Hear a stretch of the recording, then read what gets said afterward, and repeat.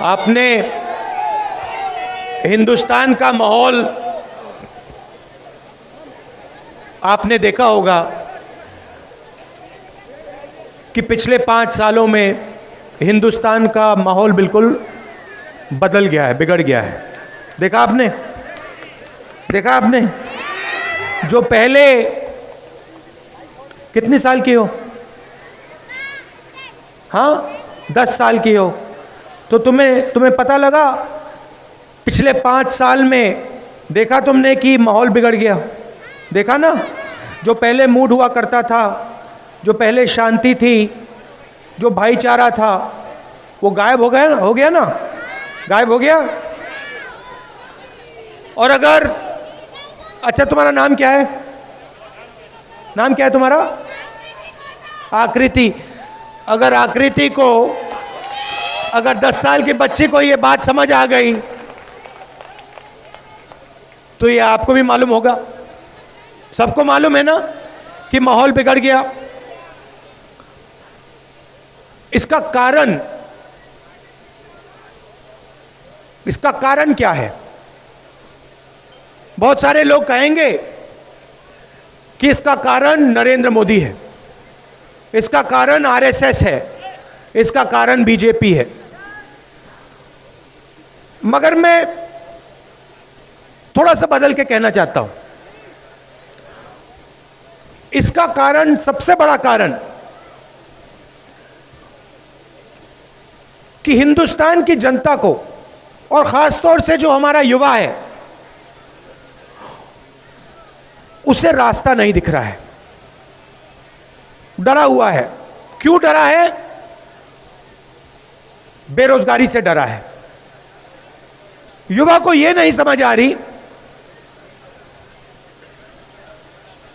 इतने सालों उन्होंने पढ़ाई की, स्कूल में, कॉलेज में, यूनिवर्सिटी में जाके पढ़े, एग्जाम लेते हैं, मगर पिछले 5 साल से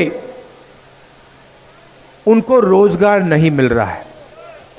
और किसी भी देश में अगर यूथ को, नई जनरेशन को रास्ता नहीं दिखता तो फिर यूथ के दिल में गुस्सा पैदा होता है। वो जो गुस्सा पैदा हो रहा है उसका फायदा नरेंद्र मोदी उठाते हैं, मगर गुस्से का सच्चा कारण बेरोजगारी है। अब सवाल उठता है कि इतना बड़ा देश है, इतना बड़ा देश है, करोड़ों लोग रहते हैं। अमेरिका का राष्ट्रपति कहता है कि अगर कोई चाइना को चैलेंज कर सकता है तो वो हिंदुस्तान के युवा हैं। कहा उन्होंने, आपने सुना? कहा था। अच्छा भैया, जैसे हमारा यहां पे पार्लियामेंट में भाषण होता है, वहां पे उन्होंने कहा कि देखिए, अमेरिका का मुकाबला एक तरफ चाइना कर सकता है, दूसरे तरफ हिंदुस्तान। आप जानते हो, और ये आपको सुनकर शायद अच्छा ना लगे, मगर आप जानते हो कि चाइना में सबसे बड़ी फैक्ट्री में कितने युवा काम करते हैं? कोई सोच सकता है, बता सकता है कि चाइना में सबसे बड़ी फैक्ट्री में कितने लोग काम करते हैं? कोई बता सकता है? अच्छा, कोई बता सकता है हिंदुस्तान की सबसे बड़ी फैक्ट्री में कितने लोग काम करते हैं? मैं आपको बताता हूं। हिंदुस्तान की सबसे बड़ी फैक्ट्री अगर आप देखो, उसमें 10-12 हजार लोग काम करते हैं, 20,000 लोग काम करते हैं। चाइना की सबसे बड़ी फैक्ट्री में 12 लाख युवा काम करते हैं। एक फैक्ट्री में 12 लाख युवा काम करते हैं। अब मैं ये नहीं मानता हूं कि चाइना के युवा हिंदुस्तान के युवा से ज्यादा होशियार है। मैं ये भी नहीं मानता हूं कि चाइना के युवा हिंदुस्तान के युवा से ज्यादा काबिल है। मैं अपने युवाओं से मिलता हूं, हर रोज मिलता हूं, और मैं जानता हूं कि हिंदुस्तान का युवा किसी का भी मुकाबला कर सकता है। किसी का भी मुकाबला कर सकता है।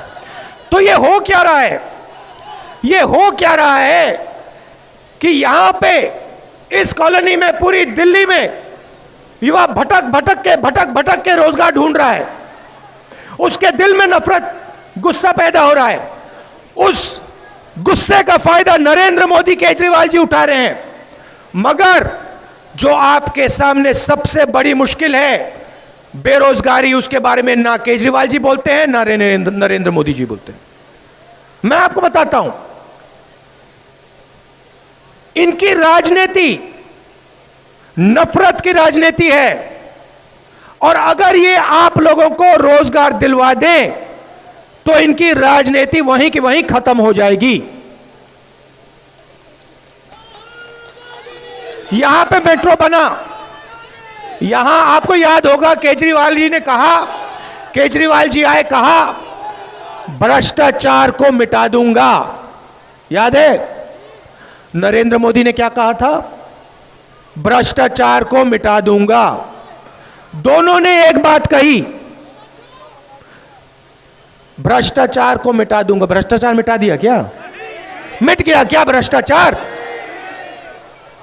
पूरा हिंदुस्तान जानता है भ्रष्टाचार मिटा नहीं, भ्रष्टाचार बढ़ गया। मेट्रो किसने बनाई? कांग्रेस पार्टी ने। मेट्रो छोड़ो, यहां पे आपको किसने बसाया? हमने उस टाइम आपसे पूछा था, हमने आपसे उस टाइम पूछा था आपकी जात क्या है, आपका धर्म क्या है, कौन सी भाषा बोलते हो? हमने पूछा था? किसी से पूछा था? हमने आपको कहा था कि भैया जमीन लेने से पहले रजिस्ट्रेशन फी दो ना? हमने आपसे कहा था आप हिंदुस्तानी हो, हमें कोई फर्क नहीं पड़ता, दिल हिंदुस्तानी, खून हिंदुस्तानी, जमीन मिलेगी। अब ये लोग कौन हैं? अब देखिए, आप इस देश में कहीं भी चले जाइए, कहीं भी चले जाइए, नया फैशन बना है। एक तरफ नरेंद्र मोदी, दूसरी तरफ केजरीवाल। देशभक्ति सिखाते हैं नरेंद्र मोदी जी, केजरीवाल जी। देश के लोगों को, युवाओं को देशभक्ति सिखाते हैं। इस देश में किसी को देशभक्ति सिखाने की कोई जरूरत नहीं है। इस देश में सबके सब देशभक्त हैं। यह सिर्फ बांटने का तरीका है, इसको आप समझिए। यह सिर्फ बांटने का तरीका है।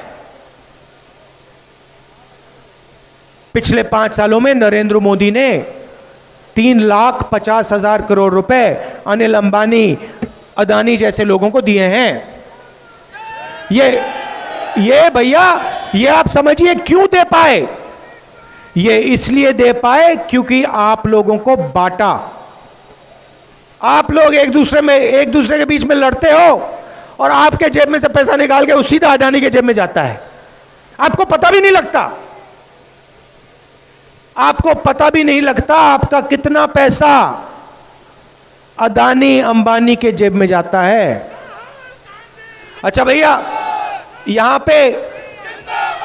पे मुझे बताओ, एक बात समझाओ, ये जो चील हैं, ये यहां क्यों उड़ रहे हैं?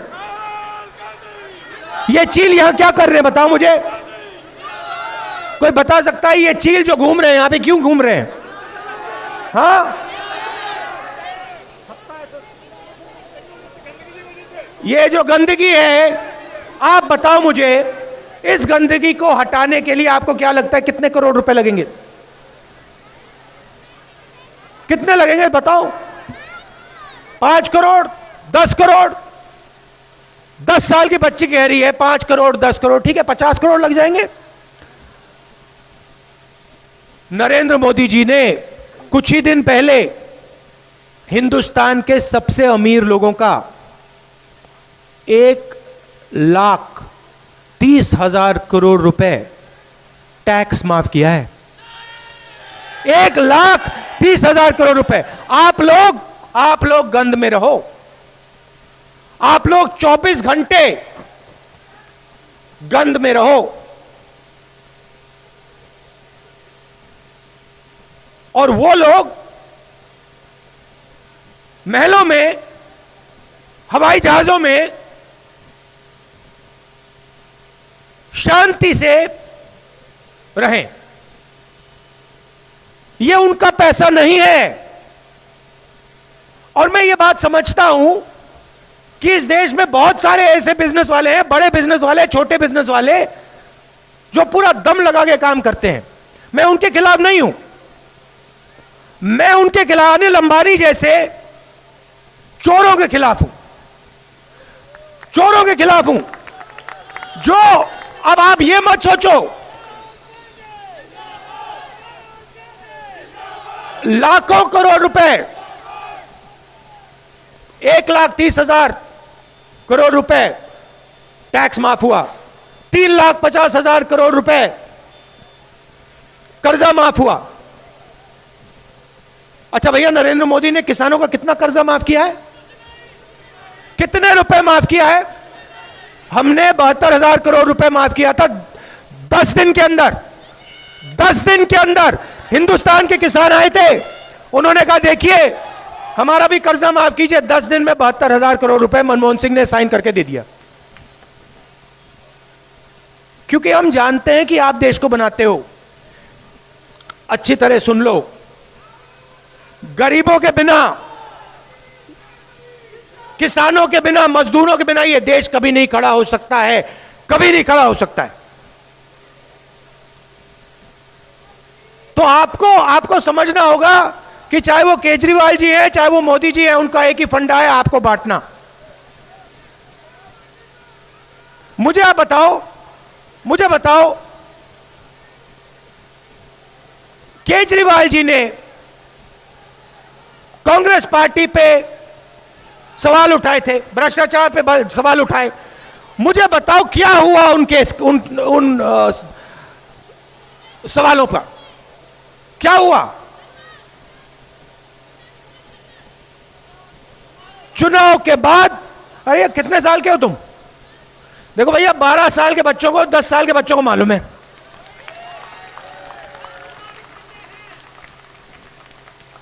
तुम्हें राजनीति में आना होगा, समझ गए? स्कूल खत्म करो, राजनीति में आओ। तुम्हारे जैसे बच्चों की जरूरत है। केजरीवाल जी को, मोदी जी को हटाना है, परे करना है। तो रोजगार की बात, अब देखिए, मैं थोड़ी दुनिया की बात करना चाहता हूं, दिल्ली की बात नहीं करना चाहता हूं। थोड़ा मैं आपको जो दुनिया में माहौल है उसके बारे में बताना चाहता हूं। आप लोगों ने देखा होगा चाइना में वायरस हुआ, सुना आपने? ठीक है, चाइना में वायरस हुआ। पूरी दुनिया ने, पूरी दुनिया के देशों ने अपनी फैक्ट्रियां चाइना में डाल रखी हैं। Germany, America, Japan, Korea, England, France, सब के सब ने अपनी फैक्ट्रियां चाइना में डाल रखी हैं। अब उनको लग रहा है डर। डर किस बात का? वो कह रहे हैं कि भैया हमने तो पूरा का पूरा चाइना में डाल दिया, इसको बैलेंस करना है। बैलेंस कौन कर सकता है? एक देश कर सकता है। चाइना का बैलेंस एक देश कर सकता है, उसका नाम है हिंदुस्तान। पूरी दुनिया कह रही है कि हम हिंदुस्तान में इन्वेस्टमेंट करना चाहते हैं, हम हिंदुस्तान में अपनी फैक्ट्रियां डालना चाहते हैं, हम दिल्ली के युवाओं को रोजगार दिलवाना चाहते हैं। मगर एक मुश्किल है, वो जो पुराना हिंदुस्तान था, भाईचारे वाला हिंदुस्तान, प्यार वाला हिंदुस्तान, वो कहां चला गया? नफरत वाले हिंदुस्तान में हम अपना पैसा नहीं डालना चाहते, हम इन्वेस्टमेंट नहीं करना चाहते।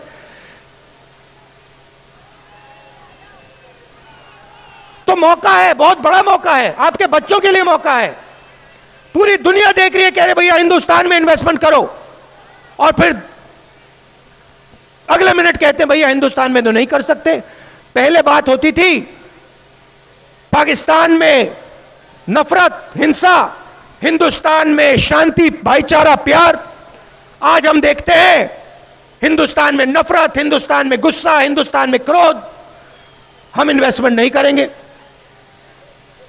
नुकसान किसका? आपका। नुकसान किसका? हिंदुस्तान के युवाओं का। तो आपको एक बात समझनी पड़ेगी, ये जो नफरत फैली है, जो हिंसा हो रही है, इससे नरेंद्र मोदी को बहुत फायदा होता है, मगर आपको इससे कोई फायदा नहीं होता, इससे आपको सिर्फ नुकसान होता है। और यह देश का इतिहास हिंसा का इतिहास नहीं है, नफरत का इतिहास नहीं है, यह प्यार का देश है। इस देश में प्यार से काम किया जाता है, सबको जोड़ के काम किया जाता है, यह इस देश का इतिहास है। और आप देख लेना, जब तक इस देश में नफरत है, जब तक इस देश में हिंसा है, तब तक यह देश आगे नहीं बढ़ सकता। जब तक इस दिल्ली में नफरत है, हिंसा है, यह दिल्ली आगे नहीं बढ़ सकती। तो मेरा आपको एक मैसेज है, हिंदुस्तान के युवाओं के सामने एक बहुत बड़ा मौका है। हिंदुस्तान के करोड़ों युवाओं की जिंदगी बदल सकती है। पूरी दुनिया आपकी ओर देख रहा है, ओबामा, सारे दुनिया के देश आपकी ओर देख रहे हैं, कह रहे हैं हिंदुस्तान के युवा चाइना का मुकाबला कर सकते हैं, प्यार से, नफरत से नहीं, प्यार से मुकाबला कर सकते हैं। और हमारे प्रधानमंत्री, हमारे चीफ मिनिस्टर कहते हैं रोजगार की कोई जरूरत नहीं, रोजगार की कोई जरूरत नहीं, यहां सिर्फ झूठे भाषणों की जरूरत है। और मैं आपको कह रहा हूं, बहुत बड़ा मौका है, इस मौके को आप छोड़िए मत, क्योंकि इसके बाद ऐसा मौका कभी नहीं आने वाला। हिंदुस्तान को खड़े करने वाला मौका कभी नहीं आने वाला। जैसे सफेद क्रांति हुई थी, हरी क्रांति हुई थी, टेलीकॉम रेवोल्यूशन हुआ था, मौका आया था, हिंदुस्तान ने पकड़ लिया था, कांग्रेस पार्टी ने पकड़ा था। मैं आपको कह रहा हूं, यह मौका मत छोड़िए, नुकसान हो जाएगा सबका।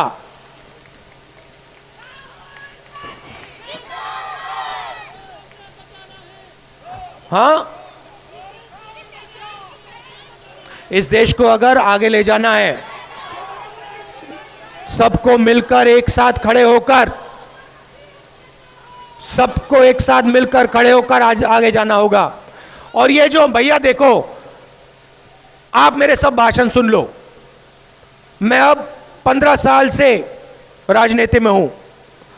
अगर मेरे भाषण में आपको एक झूठ सुनाई दे जाए, एक भाषण में एक झूठ, कि राहुल गांधी ने किसी को झूठ बोला हो, एक भाषण में, ये आप केजरीवाल जी का भाषण सुनो, नरेंद्र मोदी जी का भाषण सुनो, अमित शाह का भाषण सुनो ही मत।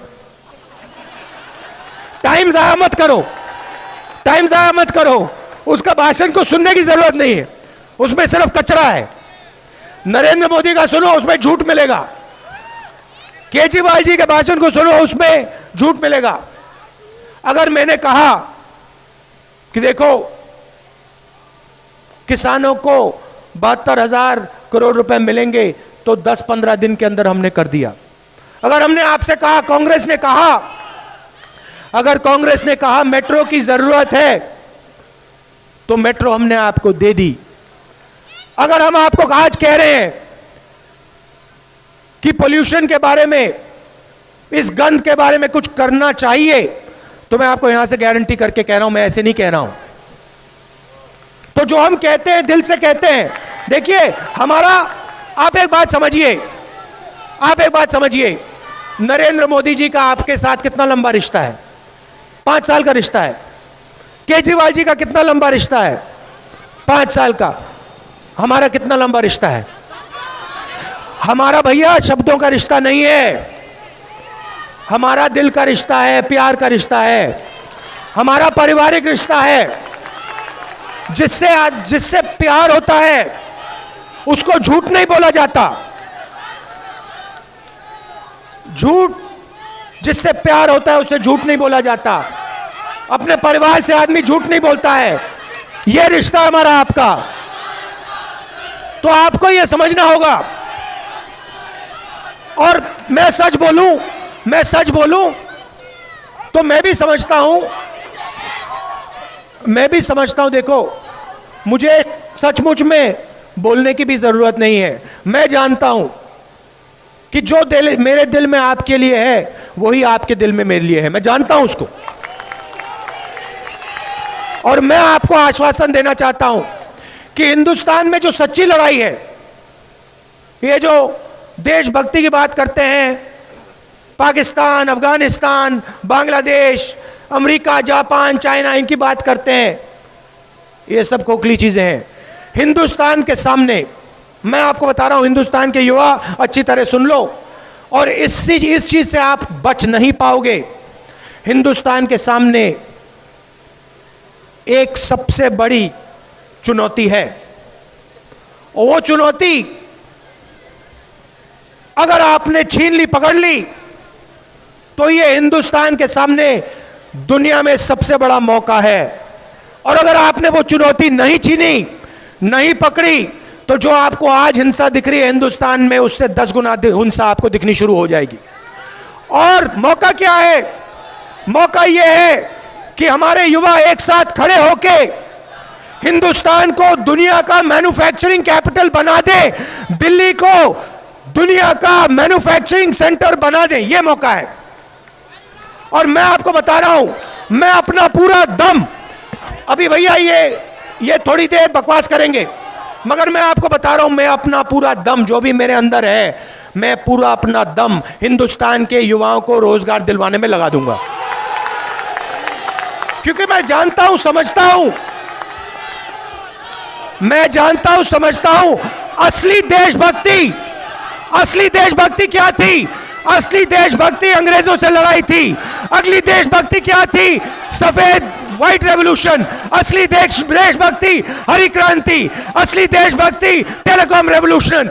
अगली असली देशभक्ति हिंदुस्तान के युवाओं को रोजगार दिलवाने का काम। और मैं उस काम को पूरा करके दिखा दूंगा आपको। 5 साल लगेंगे, 10 साल लगेंगे, मगर आप देखना, मैं करके दिखा दूंगा। आप सब यहां कांग्रेस पार्टी को सपोर्ट दीजिए, पूरी मदद कीजिए, दम लगा के कांग्रेस पार्टी को जिताइए, हमारे जो कैंडिडेट्स हैं उनको जिताइए।